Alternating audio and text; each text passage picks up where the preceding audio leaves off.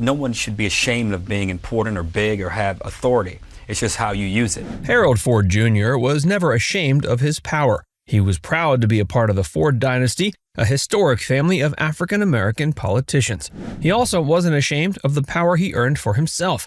He didn't achieve his dream of getting into the Senate, but he did get into Congress and shined in other financial and political roles. The legacy he's created, though, is now threatened by scandal. He's not the first of the Fords to face troubling allegations, but these could be too much even for him to overcome. Keep watching to learn the dark reason Harold Ford Jr. got fired from his last job. Being part of the Ford dynasty. Harold Eugene Ford Jr. was born May 11, 1970. He was the eldest son of Harold Ford Sr. and Dorothy Bowles Ford.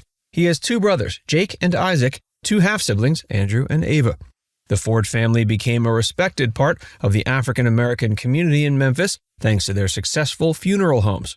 Some still bear the family name, including N.J. Ford & Sons Funeral Home and E.H. Ford Mortuary.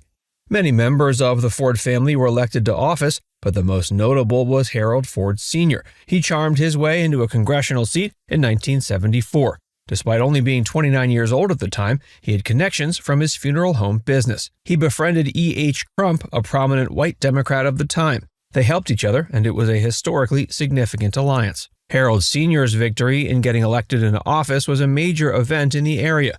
Journalist and author Otis Stanford wrote in his book, From Booze Crump to King Willie, that it was, quote, the biggest political victory in modern history for a black man in the Bluff City. Following in these large footsteps was difficult, but Harold Jr. had an education to prepare him for it. He went to Doubletree Elementary School, but graduated from the prestigious private St. Albans School after his father became a congressman. He got a B.A. in American History from the University of Pennsylvania in 1992 and then began pursuing a political career.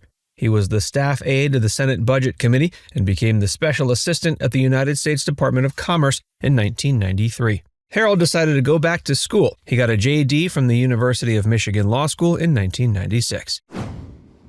Making a name for himself. Harold Ford Sr. had already been elected to Congress many times by 96. He was approaching retirement and decided to pass the torch to his son. Harold Jr. was still in law school at the time, but he arranged his schedule so he wouldn't have Monday or Friday classes. That gave him time to fly home and campaign for his own congressional seat. The father and son team began touring the district. Harold Sr. said, quote, if you like me, you're going to love him.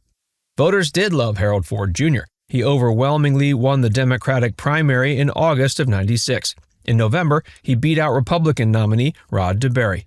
He served in Congress from 1997 to 2007. He was the youngest congressman in U.S. history at only 26. He was re-elected 4 times and was the keynote speaker for the 2000 Democratic National Convention. Running for Senate. Harold Jr. was always inspired by his father. Even when they didn't agree, they supported each other. He said, elections were big in a big family, political family. My dad and I differ on a few things, and he lets me know when he differs with me on some of my politics. And my dad, he worked as hard as anybody I ever saw in politics, but my work ethic and my understanding and appreciation and respect for the process really emanated from him. Those qualities encouraged him to follow in his father's footsteps, getting re-elected to Congress several times. It also helped give him the confidence to chase even bigger dreams. He wanted to be the first African-American elected to the Senate since the Reconstruction era following the Civil War. Harold thought long and hard before taking such a major step. Before filing the paperwork, he said, quote, I prayed on this months ago and concluded this was the right thing to do. Rosalind Carita challenged him for the nomination, but dropped out due to inadequate funding.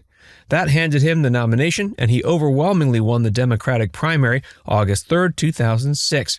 His supporters, including former President Bill Clinton, celebrated at what is now called Nissan Stadium. He went across Tennessee, campaigning against former Chattanooga Mayor Bob Corker. The race was expensive and often vitriolic. It drew national attention due to the sexual and racist tint of the ads against Harold. There was even one particularly nasty attack that played up his image of a stylish bachelor. Harold Ford Jr. was once considered one of Washington's most eligible bachelors. He even got listed as one of People magazine's 50 most beautiful people in the world in 2001. He did eventually marry Emily Threlkeld in 2008. They became a power couple as she supported him throughout his career. He said she'd managed to build her own career while supporting him throughout his. The couple have 2 children, Georgia and Harold Eugene III. Despite settling down, the damage to his image was done by those ads. The candidates had a televised debate on October 7th. Bob had the hometown advantage because it took place in Memphis. They had another debate in Nashville on October 28th. Harold narrowly lost the race for Senate. He took 48% of the vote, while Bob got 51%. He said that despite the fact that he gave it his best shot, he believed the campaign made a difference. He says, And although, again, we lost in so many ways, it opened my eyes and helped me mature and helped position me for a run later down the road. According to the LA Times, Harold told students in a Los Angeles area school he might try to run for Senate again. That didn't happen in January of 2007. He didn't challenge Republican Lamar Alexander and instead said he hoped to, quote, spend a lot of time at home, perhaps do some teaching, and work with Governor Bredesen on some issues in Tennessee. After the Senate run, Harold didn't let the election loss stop him. He pivoted his career and became just as popular in other roles. He began teaching at Vanderbilt University. More recently, he taught at the Ford School of Public Policy at the University of Michigan. He was a cable pundit, which kept him in the public eye. He contributed analysis to cable outlets. He was a paid on-air analyst for NBC and MSNBC, who frequently appeared on shows such as Meet the Press. Harold became a political contributor on Fox in April of 2021. He was a panel member on Special Report and became the co-host of The Five in January 2022. The show included a segment called In Your Face, Harold, where Greg Gutfeld would try to rile him up. Harold also did less glamorous work. He worked at investment banks wearing several hats at Merrill Lynch & Company. He was also recently fired from investment bank Morgan Stanley. The Ford dynasty has threatened to crumble due to scandal more than once. Reports had been flying that Harold Jr. had been dismissed over allegations of sexual misconduct. The HuffPost said that, according to a company spokesperson, he was dismissed after an investigation into his behavior. It was also reported that he faced allegations from a woman who worked with him professionally, but not for Morgan Stanley. Harold vehemently denied these claims. He wrote on Twitter that the allegations, quote, simply did not happen. Morgan Stanley has a different explanation for why they fired him. It wasn't about the allegations.